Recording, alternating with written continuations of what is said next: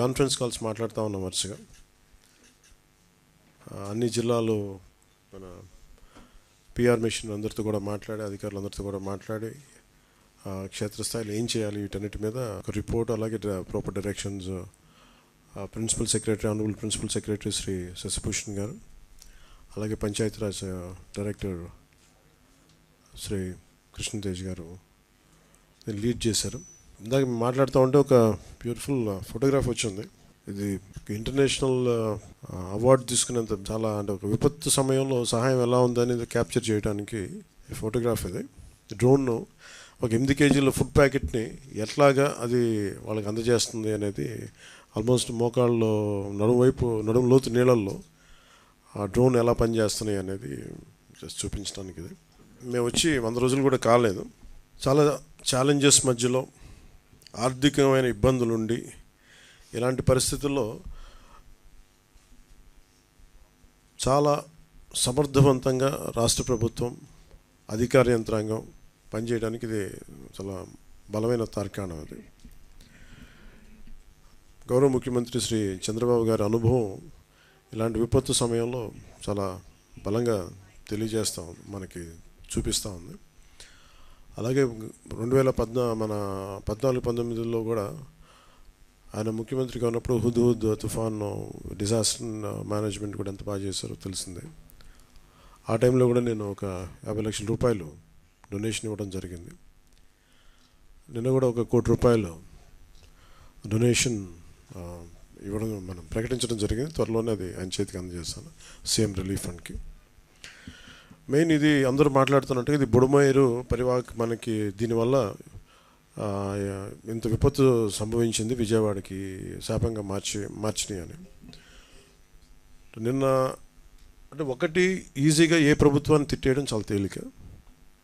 గతంలో కూడా చూస్తే మనం పోయినసారి కూడా వైసీపీ ప్రభుత్వం ఉన్నప్పుడు ప్రత్యేకించి నేను చాలాసార్లు మాట్లాడినప్పుడు చాలా ఒక నియమాలతో, నియంత్రణతోనే మాట్లాడేవాడిని. అలాగే మీ దృష్టికి ఏం తీసుకొస్తున్నానంటే, బుడమేరు పరివాహక ప్రాంతంలో దాదాపు 90% ఆక్రమణలు ఉన్నాయి. ఈ ఆక్రమణలే బుడమేరుకి మన విజయవాడకి శాపంగా మార్చేసినాయి. ఇవన్నీ ఇప్పటికీ కొన్ని ప్రాంతాల్లో ఆక్రమించిన ఇళ్ళు, ఆ ప్రాంతాల్లో ఇల్లు నిర్మించారు. తర్వాత నిర్మించిన ఇళ్ళకి అవుట్ఫుల్ డ్రైన్స్ లేకపోవడం, వరద ఎటు వెళ్తుందో తెలియక అది విజయవాడ సగం నగరాన్ని వరద నీరుతో ముంచెత్తేసింది. ప్రతిసారి ఇప్పుడు మీరు హైదరాబాద్లో చూసినా కానీ వీళ్ళు వాళ్ళ హైడ్రా అని చెప్పి వాళ్ళు స్టార్ట్ చేసి డెమాలిషన్ డ్రైవ్, కొన్ని వందల చెరువులు ఉన్న ప్రాంతాన్ని, లోతట్టు ప్రాంతాలని, ఫుల్ ట్యాంక్ లెవెల్ ప్రాంతాలని ఒక 20 ఇయర్స్గా 30 ఇయర్స్గా ఏం లేదు, వరద లేదు, నీళ్లు లేవు అని చెప్పి ఇల్లు కట్టేయడం జరిగింది అక్కడ కూడా. అలాగే ఏ మూల భారతదేశంలో ఏ రాష్ట్రంలో అయినా సరే, అలాగే ప్రత్యేకంగా తెలంగాణ కావచ్చు, అలాగే మనకు సంబంధించి ఆంధ్రప్రదేశ్ కావచ్చు, ఇది ఈ నదీ పరివాహక ప్రాంతాలు ఇక్కడి నుంచి సహజ స్థితిలో అది ఆ వాగులు వంకల నుంచి వెళ్ళి సముద్రంకి వెళ్ళే దిశలో ఆ దారి మధ్యలో ఇల్లు కట్టేయడం, లేదంటే లేఅవుట్లు వేసేయడం, ఇవన్నీ వైలేషను ఒకళ్ళు చేయలేదు. ఇది కొన్ని దశాబ్దాలుగా కొంచెం ఇంక్రిమెంటల్గా చేసుకుంటూ వచ్చి అది చేసుకుంటూ వచ్చారు.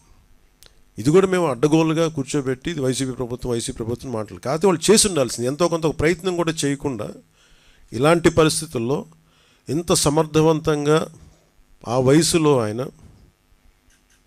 బుల్డోజర్లు ఎక్కి అసలు చేరలేని ప్రదేశాల్లో, వెళ్ళలేని ప్రదేశాల్లో కూడా ఆయన బుల్డోజర్ ఎక్కి, ఆయన పొక్లైనర్లు ఎక్కి, ట్రాక్టర్లు ఎక్కి, గౌరవ ముఖ్యమంత్రి గారు అది అప్రిషియేట్ చేయాల్సింది పోయి ఆయన విమర్శించడం ఇది సరైన పద్ధతి కాదు, మార్చుకోవాలి వైసీపీ నాయకులు.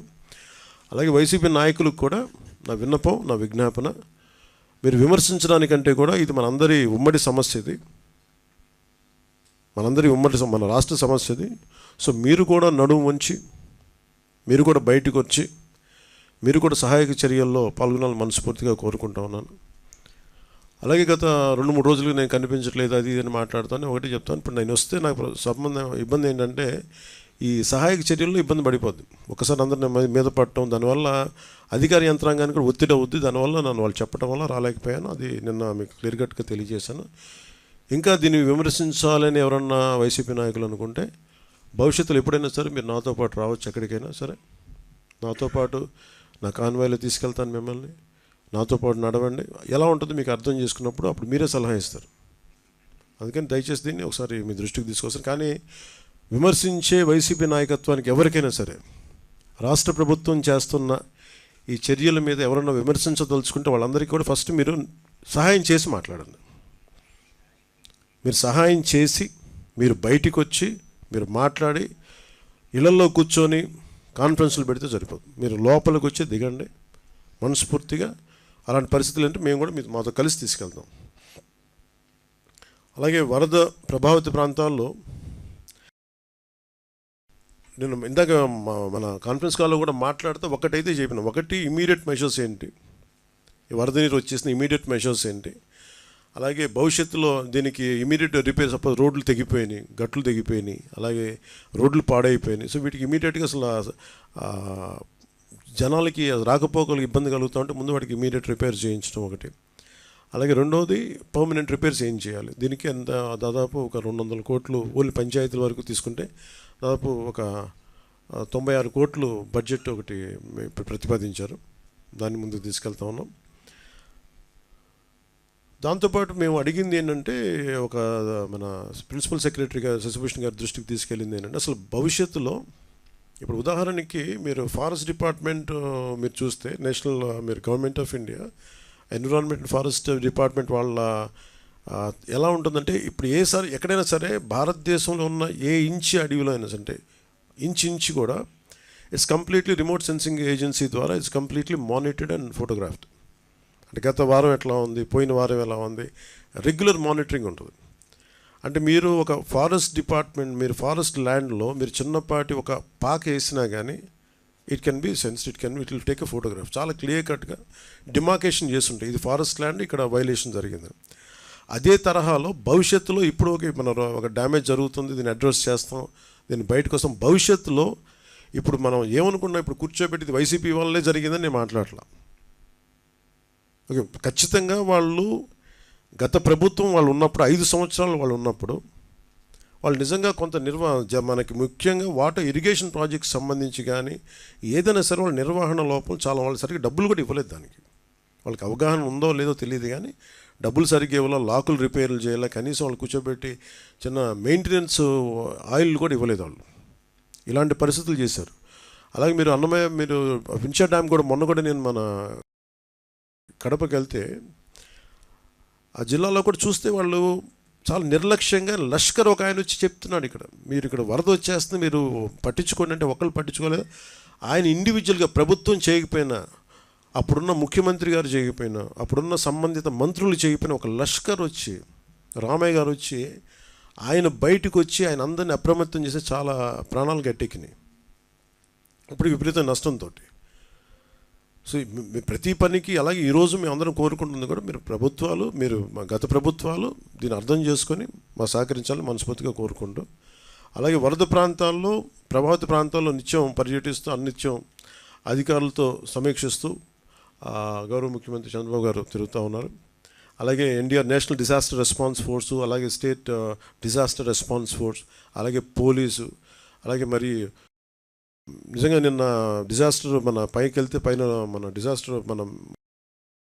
State disaster response force command సెంటర్కి వెళ్తే ఫస్ట్ టైం మీడియా ఎంత యాక్టివ్గా ఉన్నారనేది నాకు చాలా చాలా ఆనందం వేసింది.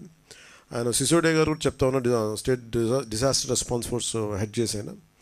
కొన్నిసార్లు మాకంటే కూడా మీడియా వారే చాలా ముందులో ఉన్నారు. ఇది కొన్నిసార్లు మాకు బాగా తెలియజేస్తాం, అందుకని పర్టికులర్గా మేము మీడియాని కూడా ఫాలో అవుతుంటామని చెప్పారు. అలాగే దాదాపు 29 మంది ఈ వరదల వల్ల ప్రాణాలతో చనిపోయారు, ప్రాణాలు కోల్పోయారు. 2 మంది మిస్ అయ్యారు. యాజ్ ఆన్ టుడే ఒక 200 పైచిలకు జంతువులు, పశువులు చచ్చిపోయినాయి. అలాగే ముఖ్యంగా 59,848 ఈ మనకి పౌల్ట్రీ బర్డ్స్ చచ్చిపోయినాయి. మనుషుల కోసమే కాకుండా జంతువుల కోసం కూడా మనం ప్రత్యేకించి ఒక 131 హెల్త్ క్యాంప్స్ ఓన్లీ పశువుల కోసం పెట్టాం. నెంబర్ ఆఫ్ యానిమల్స్ ట్రీట్ చేసింది దీనివల్ల 8,741 మంది 41 పశువులను ట్రీట్ చేశాం. వ్యాక్సినేటెడ్ యానిమల్స్ దీంట్లో 12,784. అలాగే చాలామంది మత్స్యకారులు పడవలు దెబ్బతిన్నాయి, ఒక 60 పడవలు దెబ్బతిన్నాయి. అలాగే రోడ్లు భవనాల శాఖకు సంబంధించిన రోడ్లు దాదాపు 3,312 కిలోమీటర్ల లెంత్ రోడ్డు దెబ్బతింది. అలాగే పంట నష్టం కూడా ముఖ్యంగా వ్యవసాయం 1,69,000 హెక్టార్లు నష్టపోయారు. పంట నష్టం జరిగింది. అలాగే ఉద్యాన పంటలు కూడా 18,424 హెక్టార్లు ఉద్యానవనం పంట రైతులు నష్టపోయారు. అలాగే పంచాయతీరాజ్ ఇంజనీరింగ్ డిపార్ట్మెంట్ సంబంధించినంత వరకు పాడైన, ఇందాక మనం మాట్లాడుతూ ఉంటే శశిభూషణ్ గారి ఆధ్వర్యంలో దెబ్బతిన్న రోడ్లు కానీ పాడైపోయిన రోడ్లు కానీ దాదాపు 232 అంటే దాదాపు 233 కిలోమీటర్ల రోడ్లు దెబ్బతిన్నాయి. అలాగే ఈ కోసుకుపోయిన రోడ్లు కానీ రోడ్ బ్రీచెస్ కానీ దాదాపు 40 రోడ్ బ్రీచెస్ ఉంటే ఇట్లా తెగిపోయినాయి ఉంటే వాటిని 11 రోడ్లను వెంటనే పునరుద్ధరించారు. కొన్నిటికి ఎందుకు చేయలేకపోయారంటే కొన్ని లంక గ్రామాలకు వెళ్తూ ఉన్నాయి, ఇంకా నీరు ఉండటం వల్ల వాటిని ముందుకి ఆ నీరు తగ్గే వరకు తప్ప ఇంకా తిరిగి పునరుద్ధరించే కష్టం ఉంటుంది. అలాగే దెబ్బతిన్న కల్వర్ట్లు దాదాపు 41 ఉన్నాయి. అందులో కేవలం ఒక కల్వర్ట్ పంటికే ముందుకే మనం కరెక్ట్ చేయగలిగాం. సహాయ సహకారాలు మనం ఇవన్నీ ఈ వరద ఉధృతి తగ్గాక ఇవన్నీ వెంటనే స్టార్ట్ చేస్తాం. ముఖ్యంగా ఇవి మన ఏదైనా చూస్తే షెల్టర్స్, రెస్క్యూ షెల్టర్స్ కూడా దెబ్బతిన్నాయి. కొన్ని ఒక 11 ఉన్నాయి దాదాపు, వాటిని కూడా సరి చేస్తూ ఉన్నాం. అలాగే మున్సిపల్ అడ్మినిస్ట్రేషన్ సంబంధించి నీటి అమ్మని ఏరియాలు దాదాపు 253, తిరిగి సాధారణ స్థితికి వచ్చినవి 129. అలాగే నిన్న ప్రిన్సిపల్ సెక్రటరీ గారితో సిసోడి గారితో మాట్లాడుతూ ఉంటే వాళ్ళు దృష్టికి తీసుకొచ్చిన దాదాపు 328 ట్రైన్స్ క్యాన్సిల్ చేశారు, 174 ట్రైన్స్ని డైరెక్ట్ చేశారు. అలాగే రెస్క్యూ అండ్ రిలీఫ్ మెజర్స్లో దాదాపు 6,44,536 మంది ప్రభావితమయ్యారు. దాని 214 సహాయ శిబిరాలు చేశాం. దాదాపు 45,369 పైచిలుకు జనానికి ఈ సహాయ శిబిరాలు అకామిడేట్ చేసే 213 మెడికల్ క్యాంప్స్. ఇందాక మీకు చూపించిన ఫోటోగ్రాఫ్లో వాళ్ళు చూసే సాగుతూ మనకి కనీసం 8 కిలోల వెయిట్ ఉన్నది. అది దాంట్లో మనం పెట్టేది రైస్, ఒక్కొక్క నిత్యావసర వస్తువులు కుటుంబానికి ఒక 10 కేజీలు బియ్యం, అలాగే నేత కార్మికులకైతే మత్స్యకారులకైతే అది 50 కేజీలు బియ్యం, అలాగే కందిపప్పు 1 కేజీ, పామ్ ఆయిల్ 1 లీటర్, చక్కెర 1 కేజీ, ఉల్లిపాయలు 1 కేజీ, అలాగే బంగాళదుంపలు 1 కేజీ. ఇవి ప్రతి కుటుంబానికి ఇస్తూ ఉన్నారు. అలాగే మనం చేరలేని ప్రాంతాలకి మటుకు ఈ ఫుడ్, వాటర్, ఈ మెడికల్ కిట్స్ ఇవన్నీ డ్రోన్స్ ద్వారా అందజేస్తూ ఉన్నారు. లేదంటే మీరు డైరెక్ట్గా ఇవ్వడం. ఇప్పుడు అన్నింటి మనకున్న 6 జిల్లాల్లో ముఖ్యంగా ఎన్టీఆర్ జిల్లా చాలా దెబ్బతింది. దాంట్లో search and rescue teams deploy చేసింది. అలాగే ఎన్డీఆర్ఎఫ్ 26 టీమ్స్, అలాగే ఎస్డీఆర్ఎఫ్ 22 టీమ్స్, ఇండియన్ నేవీ నుంచి 2 టీమ్స్ వచ్చి సహాయక చర్యలో పాల్గొంటున్నాయి. అలాగే గుంటూరు జిల్లాకి ప్రత్యేకించి, మన ఎన్టీఆర్ జిల్లాకి ప్రత్యేకించి ఎంత ఇంపాక్ట్ అని చెప్పడానికి మనకి ఎన్డీఆర్ఎఫ్ వాళ్ళు 26 టీమ్స్ పంపిస్తే దాంట్లో 12 స్టేట్, మన 2 ఎన్డీఆర్ఎఫ్ మన నేషనల్ డిజాస్టర్ రెస్పాన్స్ ఫోర్స్ని పంపిస్తున్నాం. స్టేట్ డిజాస్టర్ రెస్పాన్స్ ఫోర్స్ 22 మనం డిప్లాయ్ చేస్తే 12 స్టేట్ టీమ్స్ ఇక్కడి నుంచే మన ఎన్టీఆర్ జిల్లాకే మనం చేయాల్సి వచ్చింది. అంత డ్యామేజ్ జరిగింది ఎన్టీఆర్ జిల్లాకి. అలాగే 2 ఎస్డీఆర్ఎఫ్ 1 ఎన్డీఆర్ఎఫ్ టీమ్స్ గుంటూరు జిల్లాకి, ఒక 2 ఎస్డీఆర్ఎఫ్ 1 ఎన్డీఆర్ఎఫ్ కృష్ణా జిల్లాకి, 1 ఎస్డీఆర్ఎఫ్ ఏలూరు జిల్లాకి, అలాగే 1 ఎన్డీఆర్ఎఫ్ 1 ఎస్డీఆర్ఎఫ్ బాపట్ల, అలాగే 3 ఎస్డీఆర్ఎఫ్ పల్నాడు జిల్లాకి, 1 ఎస్డీఆర్ఎఫ్ మంగళగిరి, ఎన్డీఆర్ఎఫ్ ఎన్టీఆర్ జిల్లా కలెక్టర్ ఆఫీస్లో ఇవన్నీ 1-2 స్టాండ్ బైలో ఉన్నాయి. అలాగే 6 హెలికాప్టర్లు రంగంలో ఉన్నాయి, 2 ఇండియన్ నేవీ నుంచి, 4 ఇండియన్ ఎయిర్ ఫోర్స్ నుంచి. వీటి ద్వారా దాదాపు 21 మందిని వరద నీటిలో చిక్కుపోయిన వాళ్ళని సురక్షిత ప్రాంతాలకు తరలించారు. అలాగే చేరలేని ప్రాంతాలకు కూడా ఈ హెలికాప్టర్స్ ద్వారా మీకు ఫుడ్ సప్లైస్ కానీ మెడిసిన్ కానీ చేశారు. దాదాపు 228 పడవలు అరేంజ్ చేయబడి, ఇందాక మాట్లాడుతూ ఉంటే కూడా దాంట్లో we have enough motorised, almost 174 motorised boats, 54 non motorised boats. ప్రత్యేకించి మత్స్యకారులు వాడే పడవలను కూడా వాడుకుందామని ప్రయత్నం చేసినా కానీ అవి కొంచెం లోతైన ప్రాంతాలను అవి మనం చేయగలరు. కాబట్టి ఈ 3 అడుగులు 4 అడుగుల్లో ఈ మోర్ ఆఫ్ మన డిజాస్టర్ రెస్పాన్స్ ఫోర్స్ నుంచే అది స్టేట్ కానీ సెంట్రల్ కానీ వాళ్ళ బోట్స్ని ఎక్కువ వాడటం జరిగింది. అలాగే 154 బోట్లు ఎన్టీఆర్ జిల్లాలో ముఖ్యంగా విజయవాడలో Ajit Singh Nagar, YSR colony, Jakkampudi colony, Ambapuram urban రూరల్లో తిరుగుతూ ఉన్నాయి. అలాగే 19 బోట్లు కృష్ణా జిల్లాకి అందించబడింది. 55 బోట్లు బాపట్ల జిల్లాకి, 315 మంది గజయితగాళ్ళు బోట్లతో పాటు వాళ్ళు దాంతో ఎంగేజ్ చేయబడ్డారు. అలాగే ఏపీఎస్సీ ఆర్టీసీ నుంచి దాదాపు 167 బస్సులు ట్రాన్స్పోర్టింగ్ మన ప్యాసింజర్స్ కోసం ఈ విజయవాడ చుట్టుపక్కల ప్రాంతాల నుంచి ఆ రిలీఫ్ సెంటర్స్ తీసుకెళ్ళడానికి తరలించడానికి రంగంలో ఉన్నాయి. ఈ నిన్న చెప్తే ప్రజలకు అందుబాటులోని టోల్ ఫ్రీ నెంబర్స్ 1121070 అని మేము చెప్పిన తర్వాత ఇప్పటి వరకు 4446 ఫోన్ కాల్స్ వచ్చినాయి. ఆగస్టు 30 నుండి సెప్టెంబర్ 3 వరకు ఇన్ని కాల్స్ వచ్చినాయి. ఈ 4146 ఫోన్ కాల్స్ దాదాపు 2513 కాల్స్ 112కి వచ్చినాయి. 1633 కాల్స్ 1070 నెంబర్కి వచ్చినాయి. సో ఈ 24/7 ఈ టోల్ ఫ్రీ నెంబర్స్ ఇప్పుడు కాల్స్ని అటెండ్ అవుతూ అధికారులతో కోఆర్డినేట్ చేసుకుని నిరంతరం ఈ రాష్ట్ర ప్రభుత్వం అందుబాటులో ఉంది అందరికీ తెలియజేసుకుంటూ, అలాగే మేము పంచాయతీరాజ్కి సంబంధించి ఇప్పుడు ఉదాహరణకి పెదకాకాని ఇలాంటి చోట్ల అంటే రివ్యూ మీటింగ్లో అంటే కొన్ని ముఖ్యమైన విషయాలు ఏంటంటే, ఇప్పుడు పెదకాకాని గుంటూరు జిల్లాలో దాదాపు ఒక మన 20,000 మందికి వచ్చే మనకు నీటి సరఫరా చెరువు ఉంది అక్కడ. అది ఏమైపోయిందంటే పక్కనున్న స్థానిక ఉండే మనకి మన స్థానిక అవసరాలకు వాట్లాడే చెరువు అది కలిసిపోయి బండ దిగిపోయి ఈ నీళ్ళు కలిసిపోయినాయి.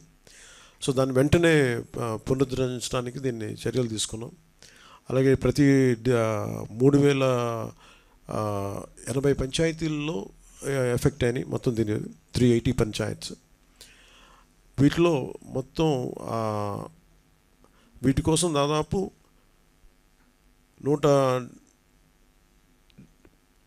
ముఖ్యంగా విజయవాడకు సంబంధించి పంచాయతీరాజ్ సంబంధించి మన డైరెక్టర్ కృష్ణతేజ గారు మన దీని మీద 175 టీమ్స్ పంచాయతీరాజ్ టీమ్స్ని విజయవాడ అర్బన్కి ఇవ్వడం జరిగింది.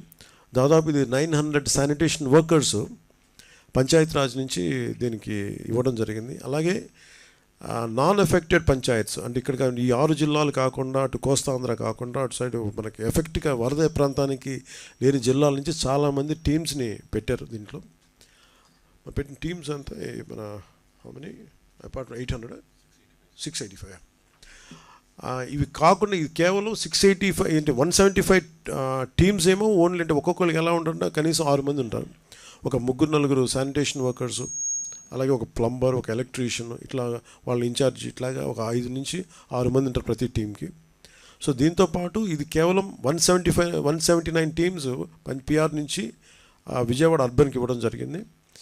అలాగే 685 టీమ్స్ ఎక్కడైతే ఏ ప్రాంతాల్లో దెబ్బతిన్నాయో 685 టీమ్స్. దీంట్లో ఒక పంచాయత్ సెక్రటరీ, ఒక 3-4 ప్లంబర్సు, ఒక టెక్నీషియన్, ఒక ఎలక్ట్రీషియన్, వీళ్ళందరూ ఉంటారు. ఇట్లా 6 మంది టీమ్ తోటి 5 to 6 మెంబర్ టీమ్ తోటి 685 టీమ్స్ని వేసి ఎక్కడైతే మన ఇబ్బందిగా ఉన్నాయో, ఎక్కడైతే దెబ్బతిన్నారో ఆ ప్రాంతాలన్నిటికీ వీళ్ళు ఈ నాన్ ఎఫెక్టెడ్ ప్రాంతాల నుంచి ఆ టీమ్స్ని తీసుకున్నారు. అలాగే మనకి గోదావరి జిల్లాల్లో కూడా వరద ముంపు ఉండే అవకాశాలు ఉన్నాయి కాబట్టి అసలు అటు నుంచి మూవ్ చేయకుండా ఈ వరద లేని జిల్లాల నుంచి మట్టుకు తెప్పించి దీన్ని నిరంతరం మన కృష్ణతేజ గారు దీన్ని ముందుకు తీసుకెళ్తా ఉన్నారు, దీనికి మానిటర్ చేస్తూ ఉన్నారు. అలాగే ఇంకొకటి మెయిన్ మన ప్రిన్సిపల్ సెక్రటరీ గారు ఆయన అనుభవంతో చెప్పింది ఏంటంటే, ఇప్పుడు మెయిన్ క్లోరినేషన్ ఇప్పుడు చాలా ఈ మనకి వాటర్ బార్న్ డిసీజెస్ ఇవన్నీ వస్తాయి కాబట్టి అందుకని ప్రత్యేకించి ఇలాంటి ప్రాంతాల్లో ఇలాంటి సమయాల్లో ఎక్కువ మనం క్లోరినేషన్కి సేఫ్ డ్రింకింగ్ వాటర్ కోసం అలాగే 0.55 ppm అంటే పార్ట్ పర్ మిలియన్ క్లోరిన్ కలుపుతాం. అంటే ఎలా ఉంటుందంటే 40,000 లీటర్లు ఒక లారీ ఉంటే దానికి 100 గ్రాములు బ్లీచింగ్ పౌడర్ కలపటం. సూపర్ క్లోరినేషన్ అంటే ఇంకా ఈ పరిస్థితులు ఎన్ని జాగ్రత్తలు తీసుకున్నా డ్రైనేజ్ వాటర్లో కలిసిపోయిందా లేదా ఈ జాగ్రత్తల కోసం దీని ప్రత్యేక పరిస్థితులు చాలా తక్కువ సమయంలో దీన్ని సూపర్ క్లోరినేషన్ వాడతారు. ఒక ఎక్స్ట్రీమ్ సర్కమ్స్టాన్సెస్లో మనకున్న ఎక్స్ట్రీమ్ సర్కమ్స్టాన్సెస్లో నిన్నే ఆదేశాలు ఇవ్వడం జరిగింది. ఫ్రమ్ 100 grams బ్లీచింగ్ పౌడర్ నుంచి 150 grams బ్లీచింగ్ కలిపితే అది ఈ ప్రత్యేక పరిస్థితులు ప్రజలు కొంచెం ఈ వాటర్ బార్న్ డిసీజెస్ రాకుండా ఉంటుంది అనేది అది కూడా ఈరోజు టెలికాన్ఫరెన్స్లో మాట్లాడటం జరిగింది. అలాగే మనం హెవీ డ్యూటీ డ్రోన్స్ని వాడటం జరిగింది. వీళ్ళు ప్రత్యేకించి ఇప్పుడు ఇందాక మీకు చూపించిన ఫోటోగ్రాఫ్ చూపిస్తే ఇది హెవీ డ్యూటీ డ్రోన్. ఇది దీనికి ఈ పైలట్స్ ప్రత్యేకంగా శిక్షణ పొందిన లైసెన్స్డ్ డ్రోన్ పైలట్స్ వీళ్ళు. So it can carry up to 8 kg weight, ఒక నీళ్లు కానీ పండ్లు కానీ తిండి కానీ చేయొచ్చు. ఇవి ముఖ్యంగా హై రైజ్డ్ బిల్డింగ్స్ కోసమని దీన్ని ఎక్కువ వాడతారు. కానీ ఇక్కడున్న పరిస్థితి చూస్తే అది వెళ్ళలేదు కాబట్టి అది కింద ఎక్స్పర్టీస్ ఆఫ్ డ్రోన్ పైలట్ ఎలా సహాయక చర్యలు ఎలా ఉంటుంది అనేది మనకి చిన్న వెరీ గుడ్ ఎగ్జాంపుల్ ఇది. సో అది మీ దృష్టికి తీసుకొస్తా ఉన్నాం.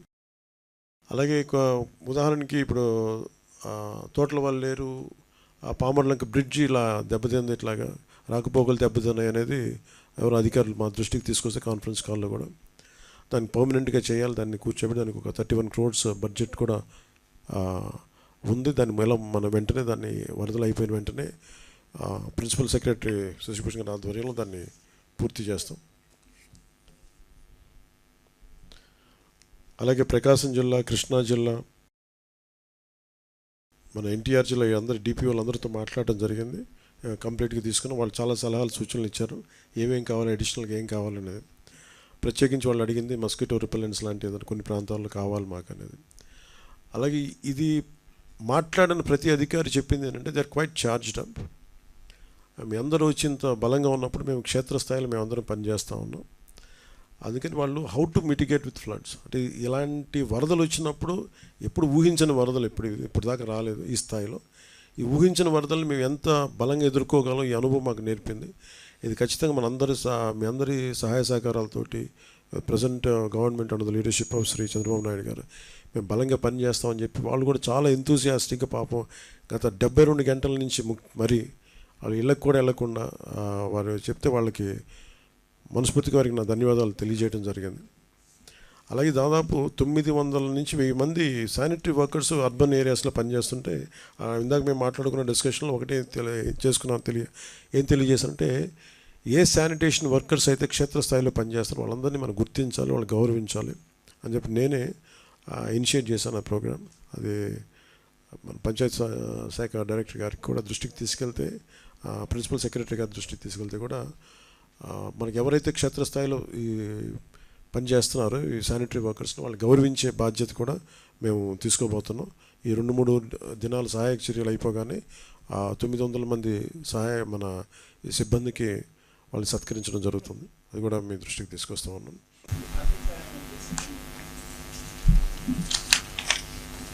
ఎవరికండి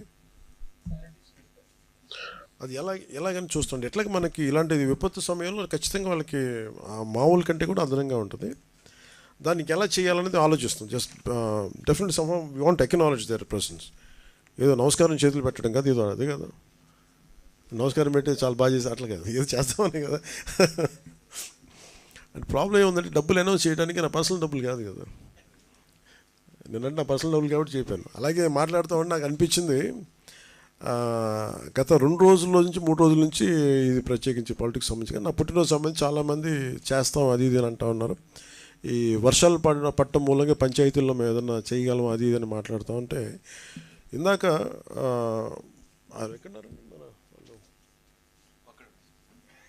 మీరున్నారు కదా. ఓకే, దాదాపు 164,000 మంది పంచాయతీ రాజ్ శాఖకు సంబంధించిన జాయింట్ యాక్షన్ కమిటీ వాళ్ళ మీరు రండి వెనక రండి. వాళ్ళు నెల జీతాన్ని వరద పరిస్థితులకి ప్రజలు పడుతున్న కష్టాలకి వాళ్ళు ముందుకొచ్చి వాళ్ళ ఒకరోజు 164,000 మంది పంచాయతీరాజ్ శాఖ అధికారులు, అలాగే గ్రామ సచివాలయంలో ఉండే పంచాయతీ సెక్రటరీ, ఇంకొకరు అలాగంటే ప్రతి గ్రామ సచివాలయం నుంచి 2 ఈ పిఆర్ వాళ్ళ జాయింట్ యాక్షన్ కమిటీలో ఉంటారు. వాళ్ళు మనసు కరిగి మేము కూడా మా వంతు సహాయం కష్టాలను ప్రజలకు మేము చేయాలి. ఇంజనీర్స్ కూడా వచ్చారు, నాయక్ గారు కూడా వచ్చారా? ఓకే, ఇప్పుడు వచ్చారా? సో అందరూ కూడా రండి సార్, నాయక్ గారు రండి, ఇటు వచ్చాను. రూరల్ వాటర్ సప్లై నాయక్ గారు హ్యాండిల్ చేస్తారు. ఈఎన్పిఆర్ పంచాయతీరాజ్ ఇంజనీరింగ్ డిపార్ట్మెంట్ నుంచి. ఆర్డబ్ల్యూఎస్ ఉన్నారా? ఓకే, ప్రస్తుతం ఇక్కడ ఉంది మన పిఆర్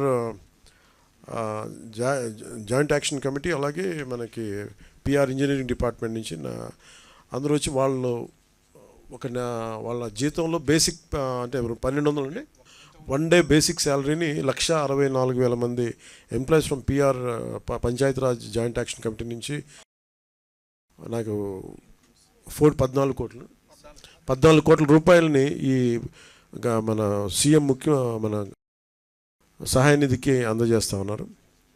మనస్ఫూర్తిగా వాళ్ళందరికీ ఈ 1,64,000 మంది పిఆర్ ఎంప్లాయీస్ అందరికీ కూడా, పంచాయతీరాజ్ ఎంప్లాయీస్ అందరికీ పేరు పేరున మీ అందరికీ, సచివాలయ సిబ్బంది కూడా మీ అందరికీ పేరు పేరున ధన్యవాదాలు తెలుపుకుంటా ఉన్నాను. మీరు ఇచ్చే 1200 కూడా డబ్బే కాదు, మీరు చాలా నైతిక బలం ఇచ్చారు. ఈ రాష్ట్రం విపత్తుల్లో ఉంటే మిగతా వాళ్ళ కాకుండా మేమందరం కలిసి ఉంటామని చెప్పి మీకు వచ్చినందుకు మీ మనస్ఫూర్తిగా మీ అందరికీ 2 చేతులు ఎత్తి మీకు నమస్కరిస్తున్నాను. Thank you very much.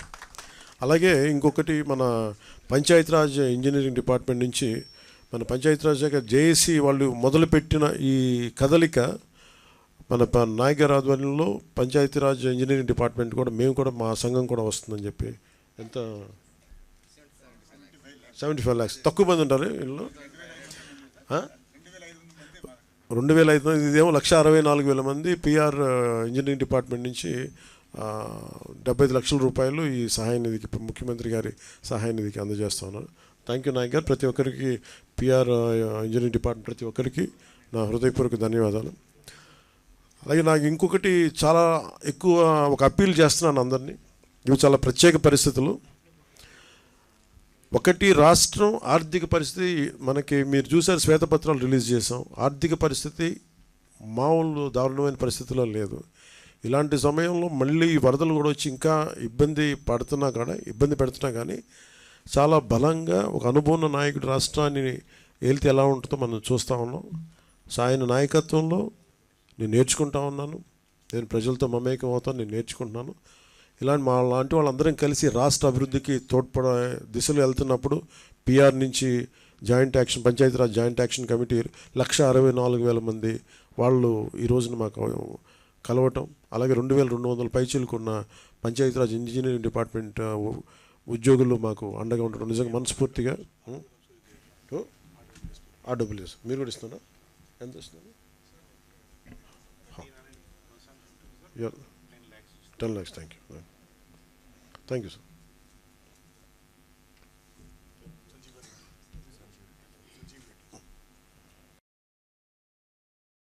అలాగే రూరల్ వాటర్ సప్లై సంబంధించి సంజీవ్ రెడ్డి గారి ఆధ్వర్యంలో ఈ దాదాపు 1,300 పనిచేస్తారు. సో వాళ్ళ అసోసియేషన్ నుంచి కూడా దాదాపు 10 లక్షల రూపాయలు ఈ ముఖ్యమంత్రి గారి సహాయ నిధికి కమిట్ అవ్వడం జరిగింది.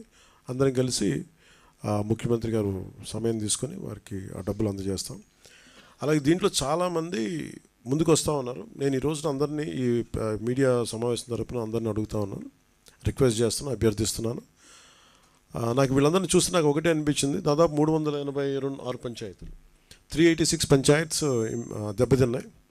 అలాగే ఇంకొకటి ఏంటంటే, ఇప్పుడు చూస్తే మనకి ఈ పరిస్థితులను ఎదుర్కోవడానికి చాలామంది ఏమంటుంది, డైరెక్ట్ పంచాయతీల మీద ఏదైనా చేయమంటే నాకు ఒకటే అనిపించింది, నాకు పంచాయతీరాజ్ శాఖ మంత్రిగా కూడా నాకు ఎక్కువ బాధ్యత ఉంది నాకు. సో నాకు నిన్న ఇచ్చిన ₹1,00,00,000 నాకు చూస్తే నాకు ఎట్లా వెళ్ళాలని అనిపించినప్పుడు, ప్రత్యేకించి నేను క్షేత్రస్థాయిలో ఈరోజు అందరితో మాట్లాడుతున్నా ఒకటే అనిపించింది, ఇంకా చెయ్యాలి, దీనికి ఇంకొంచెం నా వంతు సహాయం సరిపోవట్లేదు, ఇంకా చేయాలనిపించింది. సో దాదాపు 400 పంచాయతీలు అనుకుంటే, నేను ఒక్కొక్క పంచాయతీకి వ్యక్తిగతంగా నా తరపు నుంచి ₹1,00,000 డైరెక్ట్ పంచాయతీకి వెళ్ళేలాగా ఎలాగ ఉండాలి అనేది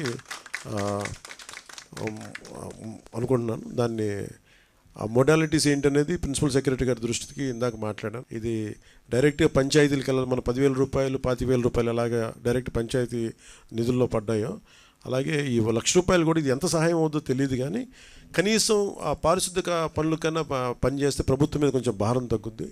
ఆ ప్రభుత్వం ఉన్న డబ్బు కనీసం కొంత ఒక రోడ్డుకి పనిచేస్తాయి. సో నా సైడ్ నుంచి నేను ఇచ్చే 400 పంచాయతీలకి ఈ ₹1,00,000 చొప్పున కనీసం పారిశుద్ధ్య పనులకు కొంచెం సహాయకారిగా ఉంటుంది అనేది. అలాగే మా ఉద్యోగులందరూ కూడా, మా పంచాయతీరాజ్ ఉద్యోగులందరూ కూడా, RWS ఉద్యోగులు, అలాగే PWD అందరూ కూడా వచ్చి ఈ రోజున మాకు నిలబడ్డందుకు మనస్ఫూర్తిగా ధన్యవాదాలు తెలుపుకుంటూ, అలాగే మన మన పక్క రాష్ట్రం, మన సోదర రాష్ట్రమైన తెలంగాణకు కూడా నేను ₹1 కోటి నిధిని నేను విరాళంగా ప్రకటిస్తున్నాను. అది తెలంగాణ ముఖ్యమంత్రిగా మన గౌరవ ముఖ్యమంత్రి శ్రీ రేవంత్ రెడ్డి గారికి నేనే స్వయంగా వెళ్ళి అందజేస్తాను. ఎందుకంటే ఇది కష్టాలు వచ్చినప్పుడు మనందరం ఒకరికొకరు చేదోడు వాదోడుకుంటాం. ఇది తిట్టుకునే సమయం కాదు. అలాగే వైసీపీ నాయకులు కూడా నా విన్నపం, నా విజ్ఞాపన ఏంటంటే, మీరు కూడా మీ జేబుల్లోంచి డబ్బులు తీసి, మాటలు కాకుండా డబ్బులు కూడా కొంచెం విసిరి, సంతోషం అండి. అంటే ఎవరు స్ఫూర్తి చేసినా పర్లేదు సార్. ఆయన చేసినా నేను చేసిన అట్లా కాదు. కానీ నా ఉద్దేశం ఏంటంటే, ఈ సమయంలో పిచ్చి మాటల కంటే కూడా బాధ్యతతో ఉన్న పనులు చాలా మంచిగా చేస్తాయి నా ఉద్దేశం. అందుకని ధన్యవాదాలు తెలియజేసుకుంటూ, ఇలాంటి విపత్తు సమయంలో మీడియా సోదరులు, మిమ్మల్ని సోదరిమణులందరికీ కూడా, మా సిస్టర్స్కి కూడా I'm grateful to you all. నిజంగా అంటే క్షేత్రస్థాయిలో మేము ఆ రిపోర్ట్స్ తెప్పించుకుంటున్నామంటే, ప్రతి విజువల్ తెప్పించుకుంటున్నామంటే అది మీ అందరి సహాయ సహకారాలు, మీ యాజమాన్యాలకి, లేదంటే మిమ్మల్ని లీడ్ చేసే ఎడిటర్స్కి అందరికీ పేరు పేరున ధన్యవాదాలు తెలుపుకుంటూ సెలవు తీసుకున్నాను. Thank you. అంటే ఇప్పుడు ఒక సమస్య ఉంది సార్. ఇప్పుడు ఏంటంటే, ఇప్పుడు మనకి కృష్ణాది అయిపోయింది. కృష్ణాది ఆల్మోస్ట్ నిన్న సిసోడే గారు చెప్పినట్టుగా, మన శశిభూషణ్ గారు చెప్పినట్టుగా, అది 5 లక్షలు క్యూసెక్లకు వచ్చేస్తే కృష్ణానది అని చెప్పారు. ఇది 4 లక్షలు. ఇప్పుడు ఎందాక మనం మాట్లాడుకున్నప్పుడు 4,75,000 4 లాక్, ఇప్పుడు 4,50,000కి 2 hours బ్యాక్ వచ్చింది. మీకెంతండి? 3.5కి వచ్చింది. ఒక మేము మీటింగ్లో ఉన్నాం తెలియదు. సో 3.5 కాదు. ఇప్పుడు ఏమైపోయింది, అటు మన గోదావరికి వస్తుంది. సో అది ఇప్పుడే నేను మన కాకినాడ జిల్లా కలెక్టర్ షణ్మోహన్ గారితో మాట్లాడాను. మెయిన్ ప్రాబ్లం ఏంటంటే, ఆ ఎర్రకాలువ దగ్గర నుంచి, అలాగే సుద్దగడ్డ వాగు దగ్గర నుంచి, ఈ సుద్దగడ్డ వాగు నుంచి కొంచెం కొండల్లో పడేదంతానేమో సుద్దగడ్డ వాగుల ద్వారా అది వరద వచ్చేస్తాయి. వాటికంటే కూడా ఇప్పుడు ఎర్రకాలువలో ఈ నీళ్ళు వదిలేస్తూ ఉన్నారు. ఇది ఆల్మోస్ట్ 20 lakhs క్యూసెక్స్కి వచ్చేసింది. అందుకని ఈరోజు 3 గంటలకి రిలీజ్ చేస్తాం. మన 19,000 క్యూసెక్స్కి వస్తే అది రిలీజ్ చేస్తామని చెప్పేశారు. అది 20,000 రీచ్ అయిపోద్ది. అది వదిలేస్తాం, ఇప్పుడు 3 o'clockకి వదిలేస్తామని చెప్పారు. సో వెంటనే నేను కాన్ఫరెన్స్ కాల్ మాట్లాడి అందరికీ చెప్పడం జరిగింది. కలెక్టర్ గారితో మాట్లాడాను. ముఖ్యంగా గొల్లప్రోల్లో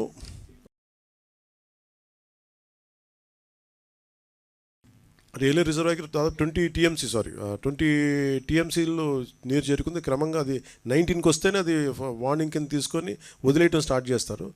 మొన్న ఒక 1 month బ్యాక్ కూడా ఇదే పరిస్థితి వస్తే అది వదిలేద్దాం అనుకునే పరిస్థితిలో కూడా కొంచెం అలర్ట్ చేసినా కానీ అదృష్టవశాత్తు రాలేదు. అలాగే సుద్దగడ్డను గొర్రెకొండ కాలువలో కూడా మన వాగులు పొంగి ప్రవహిస్తున్నాయి. సో అవి కూడా ఈ నీళ్లు చేరుతా ఉన్నాయి దీంట్లో.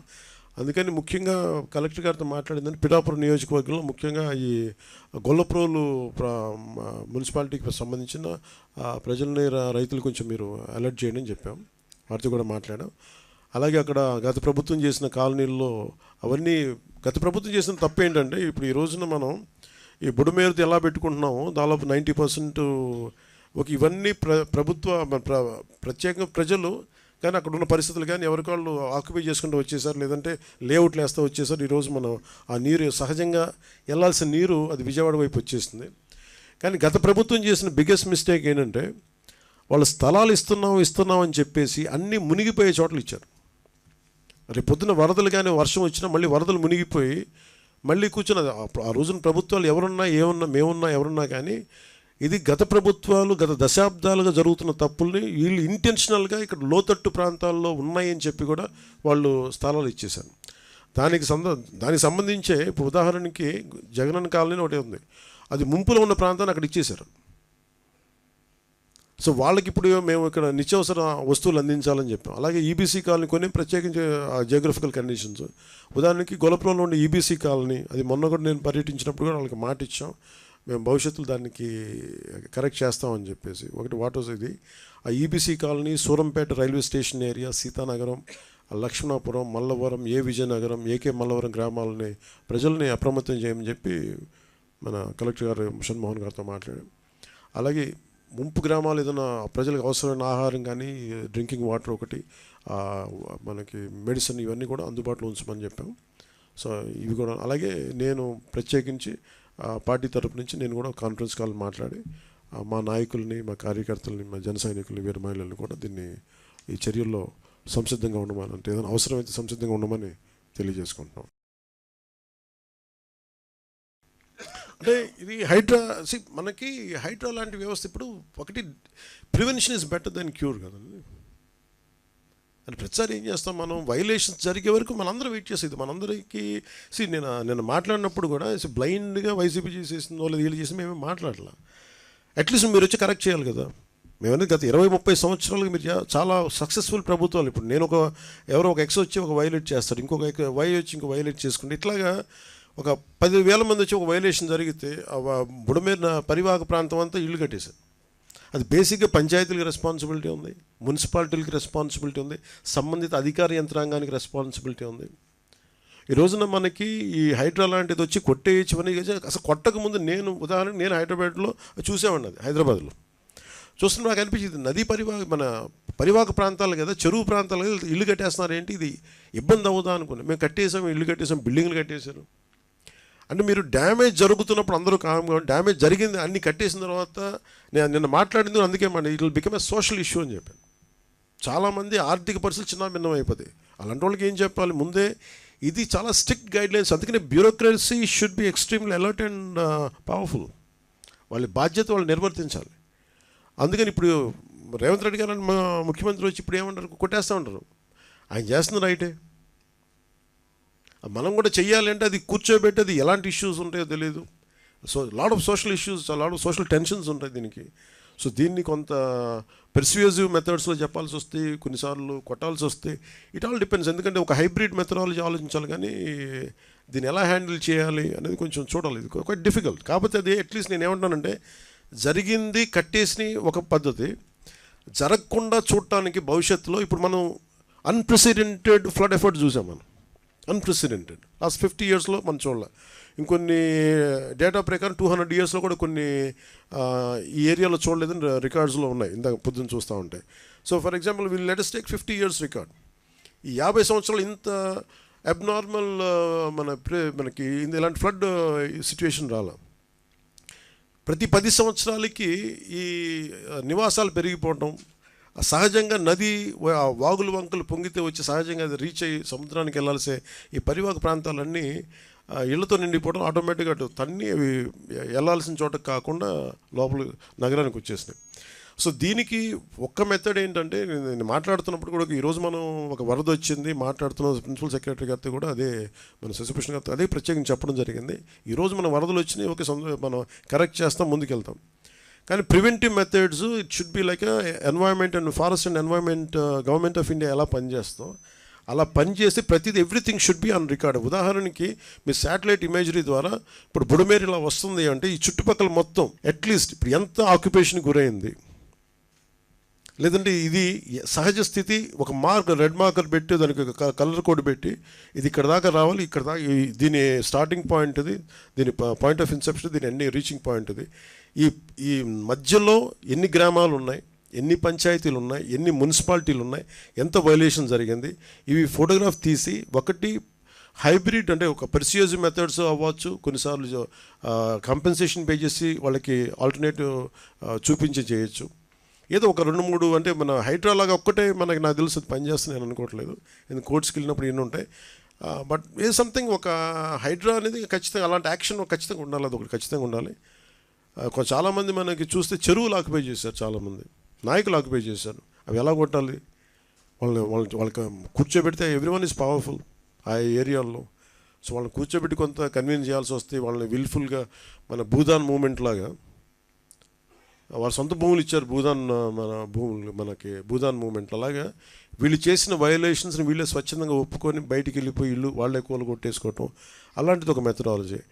లేదంటే మిడిల్ క్లాస్ ఉంటారు, వాళ్ళు తెలియదు, వాళ్ళ అపార్ట్మెంట్ లేదు, డబ్బులు దొరుకుతుంటే ఇల్లు కట్టేసి ఉంటారు, వాళ్ళు నలిగిపోతారు. వాళ్ళకి ఏం చేయాలి, ఇట్లాగే చాలామందిని ఒక హ్యూమనిటేరియన్ ఆస్పెక్ట్ కూడా దీంట్లో చూడాలి. చాలామంది వాళ్ళు రిటైర్మెంట్ డబ్బులన్నీ పెట్టి వచ్చిన అపార్ట్మెంట్ కొనుక్కుంటారు.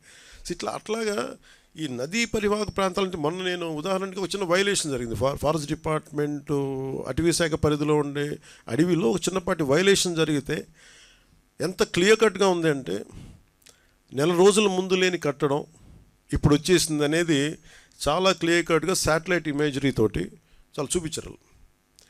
అలాంటిది మనకు మెథడాలజీ ఉంది. కర్ణాటకకి వెళ్ళినా తెలుసు, ఈవెన్ ఒక చెట్టు పడిపోతే తేడా తెలిసిపోద్ది. అంత మానిటరింగ్ ఉంది remote sensing, national remote sensing agency మన శాటిలైట్స్ వల్ల.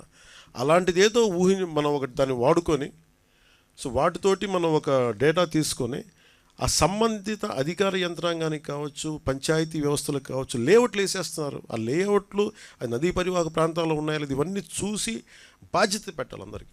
అందరూ కూర్చొని it is not just position of ఒక ముఖ్యమంత్రి గారో లేదంటే దాని పక్కన ఉన్న సంబంధిత వ్యక్తులు కాదు, అందరికీ ఆ బాధ్యత అందరికీ తీసుకోవాలి. దాన్ని రైట్ ఫ్రమ్ పంచాయత్స్ నుంచి ఈ బాధ్యత తీసుకోవాలి లేఅవుట్స్ వేసేటప్పుడు. అలాగే లోకల్ పొలిటికల్ లీడర్స్ కూడా ఇప్పుడు వాళ్ళు ఆలోచించాలి. ఇలాంటి ఇల్లుని మనం ఎంకరేజ్ చేస్తే భవిష్యత్తులో మనకి ఏం జరగబోద్దు అనేది అందరూ తీసుకొని అధికార యంత్రాంగాన్ని భయపెట్టేసిన తర్వాత ఎవరికాళ్ళు ఒక ఏమంటుందని దాని కైండ్ ఆఫ్ మజిల్ పవర్ తోటి నెట్టుకుని వెళ్ళిపోతే వచ్చిన సమస్యలు ఇవన్నీ. అలాంటివి చేయాలంటే we have to empower bureaucracy, we have to tell them it is their right to why they should stop it. వాళ్ళకి ఎందుకు కట్టకూడదు అనేది మనం ఎంపవర్ చెయ్యి. పొలిటికల్ లీడర్షిప్ వాళ్ళకి అండగా నిలబడకపోతే మటుకు ఇలాంటి వైలేషన్స్ మేము ఒక 10 years తర్వాత, ఒక 15 years తర్వాత, 20 years తర్వాత ఇంకో ప్రభుత్వం వచ్చినా కానీ ఉదాహరణకి రాదనుకోండి, బట్ చెప్తున్నాను, మనిషి ఆశావాది కదా, సో వాళ్ళకు కూడా ఇబ్బంది. అంటే మాకు కూడా భవిష్యత్తులో అందుకే ఇప్పుడు నేను కరెక్ట్ చేయాలనేది మేము చాలా మా నిబద్ధతతో అనుకుంటున్నాం. సో అందుకని ఎలా చేయాలనేది మీకు తెలియజేస్తాం. మనం అందరం ఇన్ఫర్మేషన్ షేరింగ్ చేసుకుంటాం ఖచ్చితంగా మీతోటి.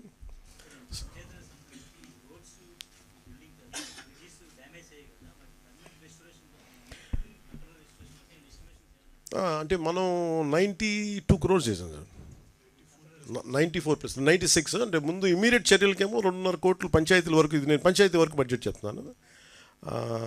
పర్మనెంట్ ఇప్పుడు ఉదాహరణకి మీకు ఒక బడ్జెట్ చెప్పాను 32 కోట్లు. అది దీంట్లో ఇప్పుడు చెప్పిన దాంట్లో 92 కోట్లు, 94 కోట్లు లేదు. అలా కొన్ని ఏమో శాంక్షన్ చేస్తున్నాయి. Sir you can say that, you can answer for that. ఇప్పుడు పంచాయతీరాజ్ రోడ్స్ గురించి మాత్రమే ఎస్టిమేట్ చేయడం జరిగింది. దానిలో నంబర్స్ ఉన్నాయి, కానీ మీరు కాస్ట్ అడిగారు కాబట్టి వాళ్ళ అన్ని దానికి టెంపరీగా రిపేర్ చేసే కోసము దాదాపు 2.15 crores కావాలి. అది దాని తర్వాత పర్మనెంట్ రిపేర్ చేసే కోసము 94 crores కావాలి. రెండు కలిపి 96 crores రూపీస్ కావాలి. మనము ఇప్పటిదాకా మనకు వచ్చిన రిపోర్ట్స్ అండ్ ఎస్టిమేట్స్ మేరకు టెంపరీగా మనము రెస్టోర్ చేసే కోసం కావాల్సిన 2.15 crores డబ్బు రిలీజ్ కోసం వెయిట్ కాకుండా ఎక్కడైనా సాధ్యం ఉందో, depending upon the water level ఎక్కడైనా పర్మిట్ చేస్తూ ఉందో అటువంటి చోట ఆల్రెడీ రెస్టోరేషన్ వర్క్ నడుస్తూ ఉంది. సో అవుట్ ఆఫ్ 45 వర్క్స్ దాదాపు 11 వర్క్స్ కంప్లీట్ అయింది, టెంపరీగా రెస్టోర్ చేశాము. మిగిలిపోయిన 31 వర్క్స్ కూడా పని అవుతూ ఉంది. ఒక ఫ్యూ ప్లేసెస్లో wear water level still does not permit any kind of restoration. అది ఈరోజు రేపు మళ్ళీ స్టార్ట్ చేసుకొని ఖచ్చితంగా all these 41 works which have been road works which have got either breached or culverts breach అయింది. అటువంటి వర్క్స్ మాత్రమే టెంపరీగా నెక్స్ట్ 2-3 daysలో 4 daysలో వారం లోపల we will complete the work of restoration temporarily and make them motorable.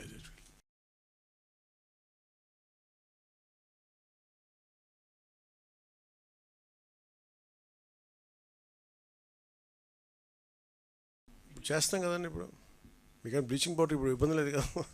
అంటే డబ్బులు అంటే దోచేసే వాళ్ళ దగ్గర డబ్బులు ఉన్నాయి, కానీ డబ్బుని ఇచ్చే వాళ్ళ దగ్గర డబ్బులు ఉంటాయి కదా. అందుకని ఇబ్బంది ఉంది. కానీ but at least we're grateful to central government. అంటే నరేంద్ర మోదీ గారి నాయకత్వంలో మనకి కేంద్ర ప్రభుత్వం ఒక అభయహస్తం, మామూలు అభయహస్తం అండగా నిలబడిపోయారు. So we are grateful to NDA government under the leadership of Modi ji. I'm grateful for standing by us.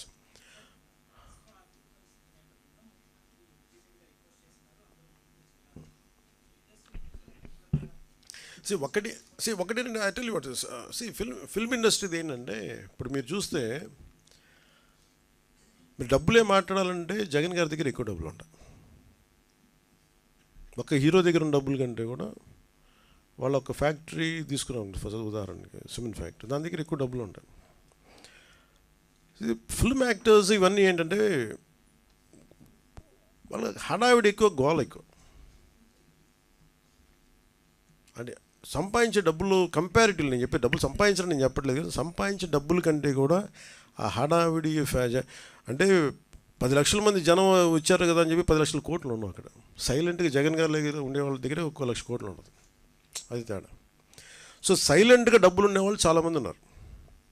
వాళ్ళందరికీ నిజం అంటే నేను నిన్న మాట్లాడడం కూడా అందరితో మాట్లాడుతుంటే ఒకటే నాకు అనిపించింది, డబ్బు ఇవ్వాలని చాలామందికి ఉంటుంది.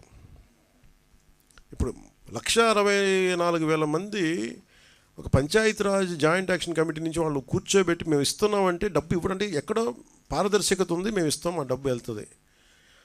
అది ఒక 10 కోట్లు రేపు పొద్దున ఒక కార్పొరేట్ సంస్థ ఇచ్చినా లేదా ఒక వ్యక్తి ఇచ్చినా అది ఇచ్చే డబ్బు ఆ వ్యక్తికి చేరుద్దు అనుకున్నప్పుడు చాలామంది ఇవ్వడానికి సంసిద్ధంగా ఉన్నారు. అలాంటి ట్రాన్స్పరెన్సీ ఒక ప్రయత్నం చేస్తున్నాం.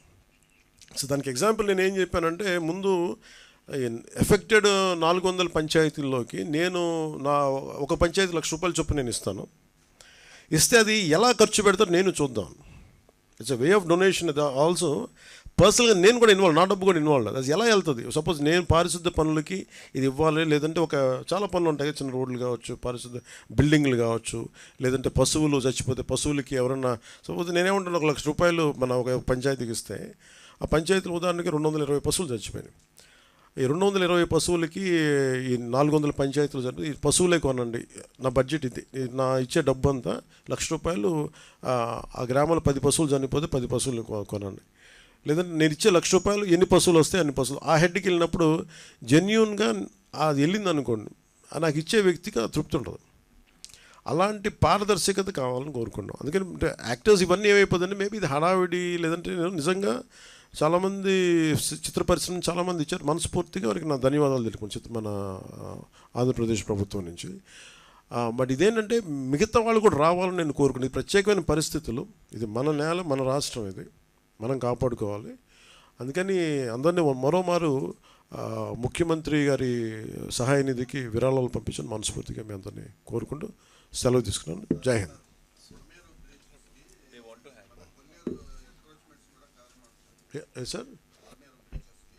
సార్ మనం ఎన్క్రోచ్మెంట్స్ సార్ ఇది అంటే ఇది నా ఉద్దేశంలో మేబీ ఇది మనందరం దీని తాలూకు తీవ్రత చూస్తున్నాం కాబట్టి, మీరు జర్నలిస్ట్ సమాజం నుంచి, పత్రికేయ సమాజం నుంచి, you are the pillar of the democracy. మనం మనస్ఫూర్తిగా మనసిప్పి మాట్లాడుకోవాలంటే ఇది కరెక్షన్ వైపు వెళ్ళాలి, తిట్టడానికి కాదు. మీరు కొల్లేరులో మీకు ఇవి లేవా, మీకు ఏమైనా ఎన్క్రోచ్మెంట్స్ లేవంటే ఉన్నాయి. But it becomes a cost issue, it becomes a social issue, it becomes economic issues. అందరినీ మేము సాధించట్లేదు ఇది అనేది, ఇది చాలా ఒక అవగాహన చేసి చేయాలి ఇది. And you have to make them like kind of okay, మేము చేసింది violation, we want to come out of this violation.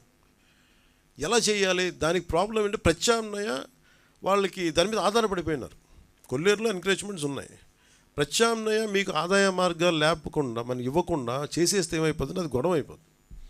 So దాన్ని ఎలా హ్యాండిల్ చేయాలి? ఎందుకంటే ఒక తేనెతుట్టు లాంటిది, ఇలా స్టార్ట్ చేస్తే ఇది మనం బండగా మొండిగా వెళ్ళిపోవచ్చు, బట్ చాలా అర్థవంతంగా ఆలోచన వెళ్ళాలన్నది మా కోరిక. సో దాంట్లో నేను మిమ్మల్ని అభ్యర్థించేది లేదా మిమ్మల్ని మీ నుంచి కోరేది కూడా, ఇలాంటి ఎన్క్రోచ్మెంట్స్ ఉన్నప్పుడు maybe why don't you think like this, మీరు ఇలా ఎందుకు ఆలోచించకూడదు, ఎలా చేయొచ్చు, ఇవన్నీ తీసుకొస్తే ప్రజల్ని ఎడ్యుకేట్ చేయాల్సిన, సామూహికంగా అందరికీ ఒక అవగాహన కల్పించాల్సిన అవసరం ఉంది. మీకు అలాంటి ఆర్టికల్స్ కానీ అలాంటి దృష్టిలో మీరు ఖచ్చితంగా ఉన్నాయి. We agree on that, there is no second thought about it. కానీ దాన్ని ఎలాగా ఎంత మేరకు సమస్యని గుర్తించడం ఒకటి, సమస్యకి పరిష్కారాన్ని ఎతకడం ఇంకోటి. సో ఇప్పుడు సమస్యని గుర్తించాం, దీని తీవ్రత ఇంత ఉంది, భవిష్యత్తులో ఇలాంటివి రాకుండా ఉండాలి. ఇప్పుడు అంతేందుకు మీకు చాలా సమస్యలు ఉన్నాయి కొల్లేరు. సో వాటికి కూడా ఒక సమస్య పరిష్కారం ఎతకాలి. ఇది ఎందుకంటే మేము అధికారంలోకి వచ్చా కదని చెప్పి మొత్తం మేము కూర్చొని వీ డోంట్ బుల్డోస్, అంటే ఇంకెవరు అర్థవంతంగా ఎవరు సమస్యని వినకుండా లేము.